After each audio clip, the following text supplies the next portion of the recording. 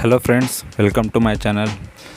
इस हफ्ते प्रॉफिट तो नहीं हुआ, बट मैं अभी से यही चीज़ करना चाहूँगा कि लोगों को मार्केट से ऑलवेज़ कनेक्टेड रखना चाहूँगा और मैं मेरे पोर्टफोलियो में से शेयर्स के बारे में भी डिस्कस करूँगा। तो आज हम जिस शेयर के बारे में बात करने वाले हैं उसका नाम है बजाज कंज्यूमर। ठीक है, ये शेयर मार्केट में लिस्टेड है NSE BSE पे, और बजाज नाम तो बहुत लोगों ने सुना ही होगा। ठीक है, ये कंपनी का नाम। तो उसका अभी हम वेबसाइट पहले मैंने ओपन करके रखा है, वो देख लो। और ये बजाज के प्रोडक्ट मोस्ट ऑफ लोगों को ये पता भी होंगे, पहचान में से है सबके। तो यहाँ पे पहला जो प्रोडक्ट दिखाई दे रहा है, यहाँ पे Bajaj almond drop hair oil. ठीक है, ये बादाम तेल है।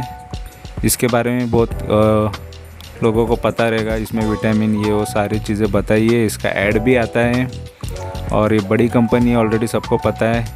ये बजाज के प्रोडक्ट में से ये हेयर ऑयल का ये बताया है, और बजाज का चमेली का, जैस्मिन का है, आंवला है, ये हेयर ऑयल का, ये सारे प्रोडक्ट इनके बताए हैं। और इनके बारे में और थोड़ा बहुत जान लेते हैं। इसका हेयर ऑयल है, स्किन केयर है, हाइजीन है। और अभी यहाँ पे स्किन केयर में देख लेते हैं, देख लो। स्किन केयर में जो ये प्रोडक्ट है, ये बजाज के प्रोडक्ट हैं। Bajaj no marks ayurvedic anti marks cream, Bajaj no marks anti marks soap है, इतने सारे ये फेस स्क्रब है बजाज का। तो ये सब, ये फेस वॉश है, ये सब इनके प्रोडक्ट है बजाज के। ठीक है, तो और ये हाइजीन के कुछ प्रोडक्ट्स हैं, यहाँ पे देख लो। हैंड सैनिटाइज़र और मल्टीपर्पज़ सैनिटाइज़र, ये हाइजीन वाले प्रोडक्ट्स हैं। तो यहाँ पे हमने इसके प्रोडक्ट तो देख लिए, अभी इसके शेयर के बारे में भी देख लेते हैं। तो ओवरऑल आपको पता चल जाएगा कि शेयर में कितना दम है, इन्वेस्टमेंट के लिए ये शेयर कैसा है। और ऑलरेडी जो भी मैं शेयर के बारे में बात कर रहा हूँ वो मेरे पोर्टफोलियो से है। ठीक है, मेरे पोर्टफोलियो में ये शेयर है, बहुत सारे शेयर लेके रखे हैं मैंने। ठीक है, जब मैं इसमें प्रॉफिट बुक करता हूँ तो मैं वीडियो लाता था, लेकिन अभी अगर, क्योंकि प्रॉफिट बुकिंग हर टाइम पॉसिबल नहीं होता है, मार्केट गिरता है तभी प्रॉफिट बुकिंग नहीं करता है कोई भी। जब मार्केट बढ़ते तभी लोगों को प्रॉफिट बुकिंग करना चाहिए, तो वो ही सबसे बेस्ट स्ट्रेटजी होती है। तो मार्केट गिर रहा है तो डर के बेचना नहीं चाहिए, तभी तो और ख़रीदते जाना चाहिए। तो इस वजह से अभी हम इसका बजाज कंज्यूमर का अभी शेयर के बारे में देखेंगे। तो बजाज कंज्यूमर के शेयर है अभी, और इसमें अपॉर्चुनिटी भी बाकी है, इस वजह से भी इसके बारे में हमको बात करना है। तो अभी यहाँ पे हम देख रहे हैं कि ये 178 का 52 वीक लो है, और ये लगभग नज़दीक ही आ गया है लो के आसपास। तो इसमें देखो 324 से यहाँ तक है, लो के आसपास है। मतलब कितना सारा अपॉर्चुनिटी है ये कंपनी में इन्वेस्टमेंट के लिए। ठीक है, और यहाँ पे हमने ये देख लिया 170, मतलब इसने अभी तक ज़्यादा रिटर्न दिया हुआ नहीं है, थोड़ा बहुत रिटर्न पे अभी ये चल रहा है। 178 लो था, अभी ये 200 का भाव है, तो इसका मतलब थोड़ा ही रिटर्न है। और इसमें तो प्रॉफिट बुकिंग जब मेरे भाव के ऊपर आएगा, मुझे लगेगा, तब मैं प्रॉफिट बुकिंग करूंगा, और तभी भी मैं आपके लिए इसके ऊपर एक वीडियो लाऊंगा। ठीक है, बट अभी मैं अपना खुद का पोर्टफोलियो भी आपके सामने ला रहा हूँ। तो एक एक शेयर के बारे में, क्योंकि सब एक साथ बताऊंगा तो आपको भी समझ में कुछ नहीं आएगा, तो इसलिए हर एक शेयर के बारे में डिटेल में आपके लिए वीडियो लाऊंगा। ठीक है, और वो जिसमें अपॉर्चुनिटी है, बढ़ने के चांसेस हैं। अभी यहाँ पे हम देख रहे हैं इसका, पहले चलो शॉर्ट एनालाइज भी कर लेते। शॉर्ट में स्ट्रेंथ में इसका एक बता रहा है कि इसमें 5 स्ट्रेंथ है। ये हाई पेट्रोस्की स्कोर है इसका, कंपनीज विद स्ट्रॉन्ग फाइनेंशियल। इसका देखो फाइनेंशियल स्ट्रॉन्ग है, सबसे इम्पोर्टेंट पॉइंट है इसका, फाइनेंशियल का टेंशन नहीं है। ठीक है, बजाज नाम है पहले से, बजाज कंपनी बड़ी है, तो टेंशन लेने की बात नहीं। फाइनेंशियल इसका स्ट्रॉन्ग है, कंपनी डूबने के चांसेस नहीं होती है। चलो यहाँ पे 10 वीकनेसेस इसमें आई है, तो 10 वीकनेसेस में यहाँ पे 10 वीकनेस मतलब स्ट्रेंथ से ज़्यादा वीकनेसेस है, इस वजह से भी शेयर इसका गिरा हुआ है।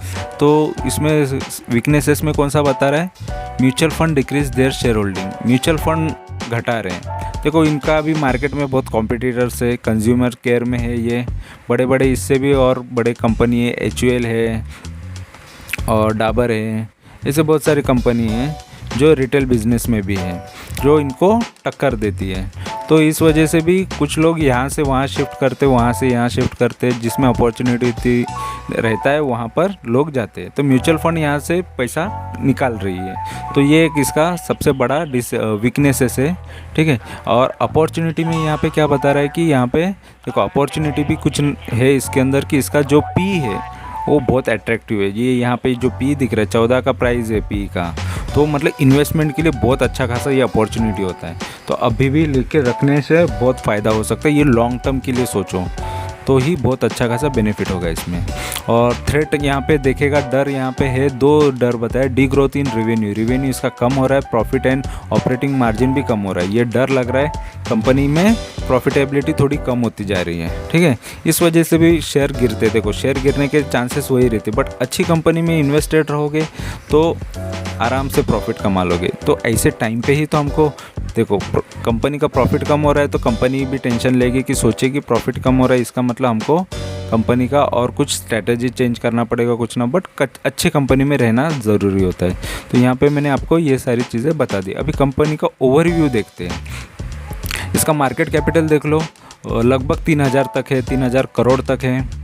डिविडेंड 5% देती है, और क्या चाहिए तुमको, डिविडेंड भी मिल रहा है। बैंक में भी डालो, सेविंग पे 3-3.5% मिलता है, और यहाँ पर भी इन्वेस्ट करके रखो 5% तो मिलेगा ही, ठीक है। और प्लस कैपिटल अप्रिशिएट हो जाएगा, कैपिटल बढ़ेगा, कुछ सालों बाद और अच्छा खासा रिटर्न मिल जाएगा, और रिटर्न के चांसेस इसमें बहुत ज़्यादा है, ठीक है। और यहाँ पे फेस वैल्यू बहुत कम है, 1 रुपये की फेस वैल्यू है। पीबी अच्छा है इसका, पीबी थोड़ा महंगा है बट ठीक है, अंदर ठीक है। Price to book value ratio अच्छा है इसका, कम, जितना ये अमाउंट कम हो उतना अच्छा रहता है, ये भी जितना कम हो उतना अच्छा होता है, ठीक है। अभी इसका बाउनिक लो और हाई हमने देख लिया है। अभी चार्ट देख लेते हैं, सबसे इम्पोर्टेंट चार्ट है। और यहाँ पे एक बार डिविडेंड दे चुका है 4 रुपये पर शेयर के हिसाब से, जितने शेयर रहेंगे उतना आपको डिविडेंड मिलेगा, ठीक है। अगर 1000 शेयर रहेंगे 4000 का डिविडेंड ऐसे ही मिल जाएगा, कोई ज़रूरी नहीं है डिविडेंड भी लेते रहो, तो फ्री का माल है, ठीक है। और यहाँ पे हम देखेंगे इसका भी 1 मंथ का चार्ट देखते हैं। चलो 1 मंथ में देख लो ये कंपनी कहाँ से, ये 255 56 का कुछ यहाँ पे प्राइस दिख रहा है हाई के पास, वहाँ से ये गिर के अभी मतलब लगभग 50 पॉइंट गिर चुका है, या 56 रुपये गिर चुका है इसका भाव। 56 रुपये गिर चुका है, मतलब देख लो सस्ता हो गया है, लेने के लायक हो गया। ऐसे टाइम पे नहीं लोगे तो क्या हाई पे लोगे क्या? तो ये ऐसे टाइम पे ही शेयर्स को लेना चाहिए जब शेयर्स गिरते अच्छी कंपनी के। अभी यहाँ पे ये देख लो, यहाँ से जो 3 महीने से था ये एक ही रेंज में चल रहा था, फिर यहाँ पे बढ़ा, फिर यहाँ से डाउन हो गया। तो 3 महीने से एक ही रेंज में घूम रहा था, बट ये 1 महीने में ही बहुत तगड़ा गिर चुका है।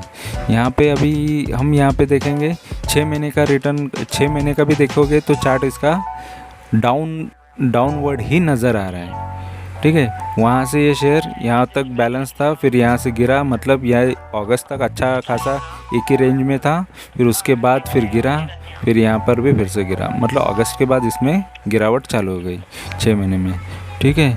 फिर बाद में 1 साल का देख लो रिटर्न, तो 1 साल में या 1 साल का इसका चार्ट देख लो, 2 बार डिविडेंड आ चुका है, एक बार 6 रुपये, एक बार 4 रुपये। देखो 1 साल से इन्वेस्टेड लोगों को लगभग समझ लो कि 1000 शेयर के पीछे 10,000 रुपये तो ऐसे मिल जाते हैं, ठीक है। 10,000 वो बैंक अकाउंट में मिल जाते हैं डिविडेंड।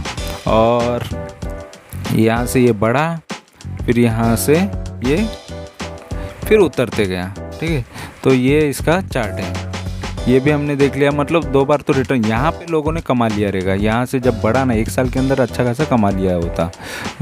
18 नवंबर से जो प्राइस था इसका 180 का जो भाव के आसपास, 171 से 80 के आसपास जो भाव था, वहाँ से ये जब हाई इतना इसका टॉप का ये हाई है, यहाँ पे हाई है, तो 324 का जब हाई गया था, मतलब यहाँ पे लगभग इसने डबल तो कर ही दिया होगा।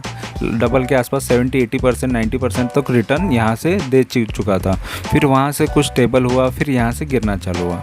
जब यहाँ पे गिरना चालू हुआ तब मैंने एंट्री इसमें लेना चालू किया, बट और भी गिरा हुआ है तो और भी मैंने बहुत क्वांटिटी लेते जाता हूँ। और मुझे अच्छा लगता है कि ऐसे इसी को बोलते हैं स्विंग ट्रेडिंग, और वही कमाता है जो गिरते हुए मार्केट में अच्छे शेयर कलेक्ट करता है, लेते जाता है, बाय करके रखता है। ठीक है, तो यही स्ट्रैटेजी होती है, और अच्छे शेयर्स को कलेक्ट करते जाओ, लेते जाओ, प्रॉफिटेबल हमेशा रहोगे। ठीक है, और इंट्राडे करने वाले या फ्यूचर करने वाले थोड़ा सा ऐसे इसमें लॉस करते, क्योंकि वो ये सारी चीज़ें नहीं समझ पाते हैं। ठीक है, और इक्विटी वाला जो रहता है, जो लॉन्ग टर्म शॉर्ट टर्म के लिए लेके रखते हैं, उनको डर नहीं रहता है। अच्छी कंपनी में इन्वेस्टेड रहो, कोई डरने की बात नहीं है, आगे जाके प्रॉफिट देगा ही देगा। ठीक है, तो और इसका 5 साल का हम चार्ट देखेंगे तो 5 साल में भी कंपनी में कुछ अच्छा खासा ग्रोथ हुआ नहीं है, कंपनी ने दिया हुआ नहीं है। ठीक है, यहाँ पे 525 का कुछ हाई का नज़र आ रहा है, वहाँ से कंपनी गिरी हुई, इसका शेयर गिरा हुआ है। तो ये कब का भाव है? 2018 का भाव है। 2018 से ये कंपनी का शेयर देखो लगभग 2 साल के अंदर बहुत गिर चुका, फिर थोड़ा उठ गया था, फिर अभी गिरा है। तो कंपनी में खासा कुछ अच्छा परफॉर्मेंस नहीं है, बट ये स्विंग ट्रेडिंग के हिसाब से सही भी है, और आगे जाके इसमें और कुछ अच्छा न्यूज़ आ गया तो भी अच्छा है। मैक्स टू मैक्स यहाँ पे देख लो, 2011 से ये कंपनी आई हुई है, लगभग 10 साल के अंदर यहाँ पे देख लो, 10 साल के अंदर ये कंपनी ने यहाँ पे आप देख रहे हो अपवर्ड दिखाया है। और 10 साल के अंदर जो भाव था, सबसे लो वाला भाव हम पहले देखेंगे कि 100 रुपये का कुछ भाव था, 80 रुपये यहाँ पे दिख रहा है। 80 रुपीज़ के भाव से ये शेयर ने 500 के ऊपर गया था, मतलब 5 गुना तो लोगों को पैसा कमा के दिया। जब ये मार्केट में आया नया तो 5 गुना के ऊपर लोगों को कमा के दिया। पैसे कब तक कर दिए थे इसने? 4-5 साल में 5 गुना कर दिए थे। 5 गुना करना भी बहुत इंपॉर्टेंट रहता है। 4 साल में ही 5 गुना पैसा हो गया था लोगों का। 5 गुना पैसा कहीं पर होता नहीं इतने जल्दी, तो कोई शेयर इतना अच्छा खासा देते। तो उसके बाद लोगों ने फिर थोड़ा बहुत प्रॉफिट बुकिंग करना चालू किया, फिर भी यहाँ पे फिर से वो प्राइस आ गया, फिर वहाँ से फिर लोगों ने बेचना चालू किया, फिर यहाँ पे डाउन आ गया। 2020 तक ये डाउन आ गया, फिर से इसमें उछाल आया 2021 में, फिर ये डाउन हो गया। तो हमने इसका मैक्स टू मैक्स चार्ट देख लिया है, अभी भी इसमें पोटेंशियल है। अभी भी जो प्राइस नज़र आ रहा है, ये जो प्राइस है इसके नीचे तो नहीं आएगा। जो इसका 116 का प्राइस है, 116 के नीचे गया तो फिर ये इसमें कुछ कमाया नहीं, ये समझ लेना। बट इसमें और पोटेंशियल बाकी है, इतना भी बुरा है नहीं ये। अभी बाकी सारी चीज़ें इसके फाइनेंशियल पे भी हम देख लेंगे। ठीक है, अभी इसका हम प्राइस वॉल्यूम देख लो। देखो यहाँ पे पूरा नेगेटिव नज़र आ रहा है। ठीक है, इसका 1 वीक का भी रिटर्न देख लो, नेगेटिव है, 8% डाउन है। 1 मंथ का भी देख लो, 21% डाउन है। 3 महीने का देख लो, 19% डाउन है। हाँ, और जनवरी से अभी तक भी 7% तो ये डाउन ही है। 1 साल का रिटर्न थोड़ा सा है, इसमें लगभग 12.25% तक तो रिटर्न मिला है 1 साल से जो इन्वेस्टेड है। और 3 साल से इन्वेस्टेड है बेचारे लोग को कुछ भी नहीं मिला है, मतलब 43% ये डाउन है। और यहाँ पे जो बता रहे हैं, एक न्यूज़ है यहाँ पे, बजाज कंज्यूमर स्टैंडअलोन सितंबर का जो न्यूज़ है, नेट सेल्स क्या हुआ है, ये डाउन हुआ है करके बता रहा है। ठीक है, 4.5% से डाउन है। सेल्स इसका कम हो रहा है, कंपटीशन की वजह से कम हो रहा है। बट देखो, फॉरम जनता यहाँ पे इसके बारे में फुल ऑन 100% बाय करो बोल रही है। ठीक है, इसके टारगेट्स दिए उन्होंने, कुछ ना कुछ टारगेट्स रहते हैं उनके, कितने, हाँ इतना 285 जाएगा, इतना जाएगा, उतना जाएगा। गुड स्क्रिप्ट है, लोगों को इसमें इंटरेस्ट है, अच्छा खासा शेयर है और कंपनी भी अच्छी है। ठीक है, बड़े बड़े डील्स हुए हैं, किसी ने कोई 25 अगस्त को परचेस किया है, किसी ने सेल किया है। ये सारे इतनी क्वांटिटीज़, ये बड़े डील्स के बारे में भी डिटेल यहाँ पे है। इनसाइडर ट्रांजैक्शंस भी है, जून के ट्रांजैक्शन है, तो ये सारी चीज़ें यहाँ पे है। अभी इसका फाइनेंशियल देख लेते हैं। इसका फाइनेंशियल अभी कैसा है ये भी देख लो। इसका नेट प्रॉफिट अभी हम देखेंगे। इसका नेट प्रॉफिट नहीं, रेवेन्यू देखेंगे। इसका जो 2017 में था 796 करोड़ था, फिर बाद में 827 करोड़ हुआ, फिर बाद में और थोड़ा बढ़ा, 2019 में 918 करोड़ हुआ, फिर तो 2020 में थोड़ा कम हो गया, 852 करोड़ हुआ, फिर बाद में 921 करोड़ हुआ। 2021 में और रेवेन्यू आने के चांसेस है, तो टेंशन मत लो, ठीक है। और यहाँ पे दो प्रॉफिटेबिलिटी देख लो, 2017 में 2018 करोड़ हुआ, 218 करोड़ हुआ, और फिर 211 करोड़ हुआ 18 में, फिर 221 करोड़ 19 में हुआ, और 2020 में 184 करोड़ हुआ, थोड़ा कम हुआ, फिर यहाँ पे देखो 223 करोड़, मतलब लगभग यहाँ पे प्रॉफिटेबिलिटी और बढ़ रही है। तो प्रॉफिटेबल कंपनी है, तो क्या टेंशन लेने की ज़रूरत है, कंपनी तो अच्छी है, ठीक है। अभी यहाँ पे शेयर होल्डिंग पैटर्न देख लो। यहाँ पे पैटर्न में हमको यहाँ पे नज़र आ रहा है कि प्रमोटर के पास 38% शेयर से प्रमोटर, कंपनी के जो ऑनर्स है, मालिक है, उनके पास 38 है, मतलब उससे फिर बाद में डीए पब्लिक के पास है। पब्लिक ने भी देखो कितना भरोसा रखा है, ये कंपनी के शेयर पब्लिक के पास लगभग 23-24% पब्लिक ने लेके रखा है। डीआईज देखो, जो बड़े इन्वेस्टर रहते, डोमेस्टिक इन्वेस्टर रहते, अपने इंडिया के जो बड़े इन्वेस्टर्स हैं, उन्होंने भी लगभग 14% तक तो लेके रखे हैं शेयर्स। एफआईज देखो, जो फॉरेन के इन्वेस्टर्स है, उन्होंने भी लगभग 24-25% तक तो लेके रखा है शेयर्स। तो इसका मतलब देखो, इतना लोगों को भरोसा है, इसका मतलब आपको क्यों नहीं भरोसा होना चाहिए। इतने लोगों ने तो लेके रखा हुआ है शेयर्स, इनके पास है, और ये तो मालिक के पास भी, मालिक के पास थोड़ा कम है, लेकिन बाकी लोगों ने तो उधर का शेयर यहाँ पे लेके रख दिया है। तो भरोसेमंद कंपनी है, सबसे अच्छा कंपनी भी, बड़ी कंपनी है। म्यूचुअल फंड ने देखो 7 म्यूचुअल फंडों ने इसमें पैसा लगा के रखा है, और एफआईज 141 एफआईज है, जिसमें से 9 लोग यहाँ से निकल चुके हैं। 141 एफआईज है, तो कम भी नहीं है, एफआईज भी बहुत ज़्यादा है इसमें। म्यूचुअल फंड ने भी 7 म्यूचुअल फंड है, फिर भी बहुत सारा पैसा इन्होंने भी लगा के रखा हुआ है। तो अच्छी कंपनी है, इसीलिए मेरे पास भी है, और इसीलिए मैंने आपके लिए भी लाया हो। और अभी अपॉर्चुनिटी नज़र आ रही है, क्योंकि ये बहुत गिर चुका है, लगभग देख लो, ये 50-60 रुपये तक गिर चुका है, 56 रुपये तक ये गिर चुका है, ठीक है। तो और इसमें अपॉर्चुनिटी है, और बढ़ेगा तो 50-56 रुपये आपको आएगा, फिर उसके ऊपर भी चला जाएगा, तो इसका मतलब 300 तक भी जा सकता है। इसमें पोटेंशियल बहुत है। मैं तो बोलूँ ना, ये मेरे हिसाब से ये कंपनी यहाँ से लगभग 40 के ऊपर 40% से ज़्यादा रिटर्न देगी शॉर्ट टर्म के अंदर, ठीक है। जो भी इन्वेस्टेड करेगा उसको 40% से ज़्यादा इसमें रिटर्न मिलेगा, गारंटेड, ठीक है। और ये कंपनी अच्छी खासी नज़र आ रही है, और ऑलरेडी मेरे पोर्टफोलियो के अंदर है। तो और ये हफ्ते का मार्केट के बारे में भी हम थोड़ा बहुत बात कर लेंगे, क्योंकि ये हफ्ते मैंने मार्केट में से कोई शेयर में प्रॉफिट बुकिंग नहीं किया। इसके पीछे की वजह एक ही है कि मार्केट अच्छा नहीं था, ठीक है। मार्केट अगर अच्छा होता तो फिर सब कुछ पॉसिबल होता, बट मार्केट ही अच्छा नहीं था, तो मार्केट की वजह से हमने शेयर्स में प्रॉफिट बुकिंग नहीं कर पाए, ठीक है। तो अभी हम मार्केट के बारे में देख लेंगे कि क्यों ऐसा मार्केट चल रहा था, और ऑलरेडी मार्केट ही ख़राब रहेगा तो हम कैसे इसमें प्रॉफिट ले सकते हैं, ठीक है। तो इस वजह से मार्केट में हमने प्रॉफिट नहीं ले पाए। और अभी हम इसका यहाँ पे ये मार्केट है, ठीक है। अभी मार्केट को थोड़ा बहुत स्टडी कर लेते हैं आपके नॉलेज के लिए, कि मार्केट ये हफ्ते कैसा था, क्या था, ये भी सबसे ज़रूरी है, ठीक है।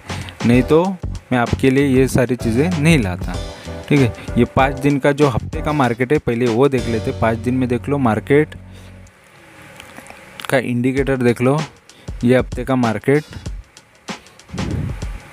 किस टाइप में दिख रहा है। ये ऑलरेडी ये चार्ट हमको ये चार्ट देखना है, ठीक है।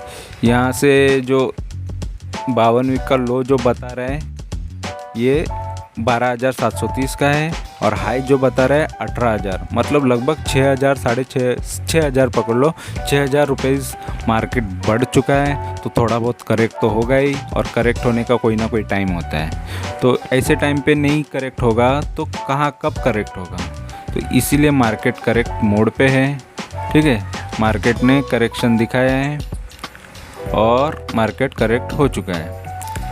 तो ऑलरेडी देखो ये बढ़ा हुआ ही चार्ट का बता रहा है। अच्छा, ये 5 ईयर्स का, यहाँ पे 5 डे का है। ये है 5 डे का चार्ट। यहाँ पे मैंने 5 ईयर्स सेलेक्ट किया था, इस वजह से आपको लग रहा था। देखो ये मार्केट यहाँ पे गिरा है, यहाँ से जो 18 से ये गिरते गिरते गिरते गिरते यहाँ तक ये गिर चुका है। मतलब कंटिन्यू अगर हफ्ता भर मार्केट गिरेगा तो प्रॉफिट कोई कैसा करेगा। ऑलरेडी मार्केट में प्रॉफिट करने के लिए ऊपर साइड में जाएगा शेयर्स तब प्रॉफिट करना चाहिए, या नीचे साइड में जाएगा तब। तो डर के कभी भी प्रॉफिट बुकिंग नहीं करना चाहिए, होल्ड करना चाहिए, अपनी कंपनी पे भरोसा होना चाहिए, शेयर पे भरोसा होना चाहिए, तब भी प्रॉफिट बुकिंग करना है जब मार्केट ऊपर होता है। ठीक है, हमेशा ऐसा नहीं होता है कि गिर रहा है मार्केट फिर भी प्रॉफिट हो रहा है, गिर रहा है मार्केट फिर भी प्रॉफिट हो रहा है। नहीं, प्रॉफिटेबल भी शेयर होता है ना, वो थोड़ा बहुत 3-4%, 5% नीचे डाउन होता है। मेरे ऐसे कितने सारे शेयर है 17-18% बढ़े हुए थे, फिर वो है ना मार्केट गिरने के वजह से उनमें भी थोड़ा इम्पैक्ट आया। फिर वो अभी उसका प्रॉफिट दिखाता है 10% तक दिखा रहा है, किसी का 8-9% तक दिखा रहा है, बट वो नेगेटिव तो नहीं जाते। और कुछ हफ्ते में फिर से मार्केट ऊपर जाएगा तो फिर से ऊपर आएंगे, फिर मुझे प्रॉफिट देंगे। तो कोई जैसे कि मैं 21% तक प्रॉफिट लेता हूँ, कोई 20% आके फिर से नीचे आ गए। तो उधर हारना नहीं चाहिए, क्योंकि उधर उम्मीद रखना है कि कंपनी में हम अच्छी कंपनी में, वहाँ से थोड़ी वो शेयर ख़राब होने वाला है या थोड़ा टाइम और लगेगा, बट हमको वेट करना चाहिए, पेशेंस रखना चाहिए, तभी हम प्रॉफिटेबल रहेंगे लाइफ में हमेशा। ऐसे ये फर्स्ट टाइम नहीं, ऐसे बहुत बार होता है कि कभी कभी आधे % से हमारा टारगेट छूट जाता है, फिर वो 1 महीना फिर से वेट करना पड़ता है, इसीलिए होल्डिंग पीरियड थोड़ा बढ़ जाता है। और कभी कभी फटक से विदिन अ सेकेंड वो टच करके आ जाता है, या कभी कभी हफ्ते भर में वो टारगेट हमारे कंप्लीट हो जाते हैं। तो ये गेम है, ये एक अच्छी बात है, ये लाइफ का पार्ट है।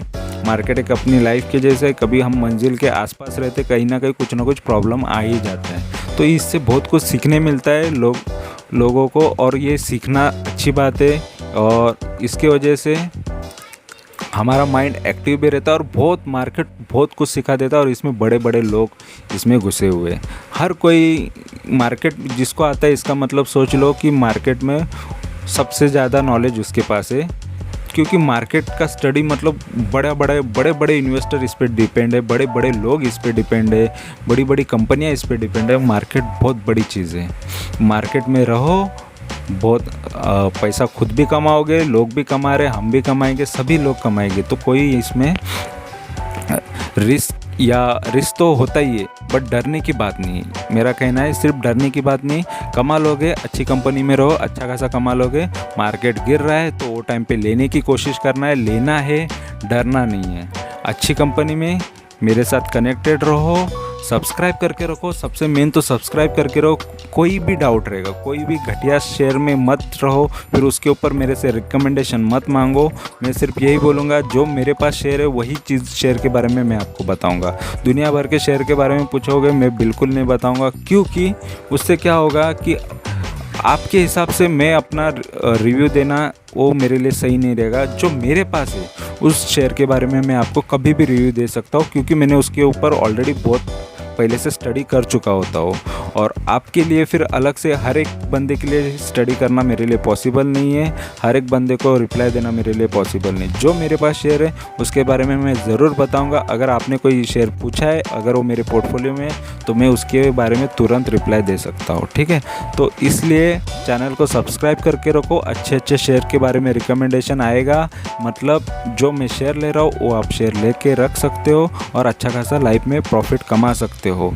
और जिसको तुरंत जल्द से जल्द बनना है अमीर, जल्द से जल्द करोड़ों कमाना है, जल्द से जल्द बहुत सारा पैसा कमाना है, तो उनके लिए मेरा चैनल सूटेबल नहीं है, क्योंकि यहाँ पे ना ऑप्शन के बारे में बताया जाएगा ना किसी और के। हाँ, बट लॉन्ग टर्म में सबसे ज़्यादा जो ऑप्शन और फ्यूचर या इंट्राडे करने वाले उनसे ज़्यादा कमाना है, तो मेरा चैनल सही है।